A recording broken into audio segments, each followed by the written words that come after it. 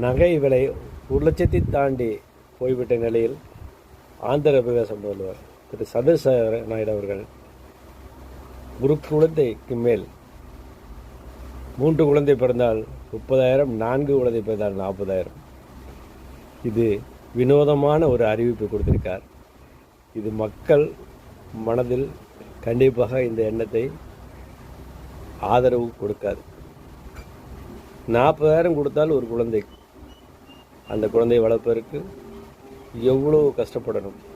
சாமானிய குடும்பத்துக்கு பெண் பிள்ளைகள் பிறந்தால் எவ்வளோ துயரத்தை வளர்த்து ஆளாக்க வேண்டும் என்பது அது தெரியும். சாமர்த்தியம் உள்ளவர்கள் வளர்த்து விடுவார்கள். குறைந்த வருமானம், வறுமை கோட்டு கீழ் உள்ளவர்களுக்கு மிக ஒரு சவாலான விஷயம்.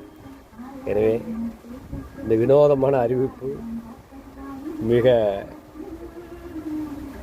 எப்படியோ என்ன சொல்வதென்று தெரியவில்லை. மக்களே புரிந்து கொள்வார்கள். இது சாத்தியமா, இது ஏற்றுக்கொள்ளலாமா வேண்டாமா, தவிர்த்து விடுவார்கள். குழந்தை பெற்றுக்கொள்வதை தவிர்த்து விடுவார்கள் என்பது உண்மை. கண்டிப்பாக 40,000த்துக்காக ஆசைப்பட்டு யாரும் குழந்தை பெற்றுக்க மாட்டார்கள். இது ஊக்குவிப்பதற்காக திட்டம் இருந்தாலும் கூட அது வளர்ப்பதற்குண்டான நகை தங்கத்தை முதலீடு செய்யுமா அந்த பெண் மேல்? ஒரு குழந்தை பிறந்தால் 5 பவுன் 5 சவர நகை முதலீடு அந்த பெண் பேர் டெபாசிட் செய்வாரா? இதுதான் இதுக்கு பதில். 40,000 பேசாது. படிப்பு செலவுகள் நிறைய இருக்கின்றன. சீர் சிறப்பு, துணிமணி, அந்த பெண் குழந்தையாகட்டும் ஆண் குழந்தையாகட்டும் ஒரு வீடு நடை போட்டு சமுதாயத்தில் வளர்ந்து ஆளாக வேண்டும்.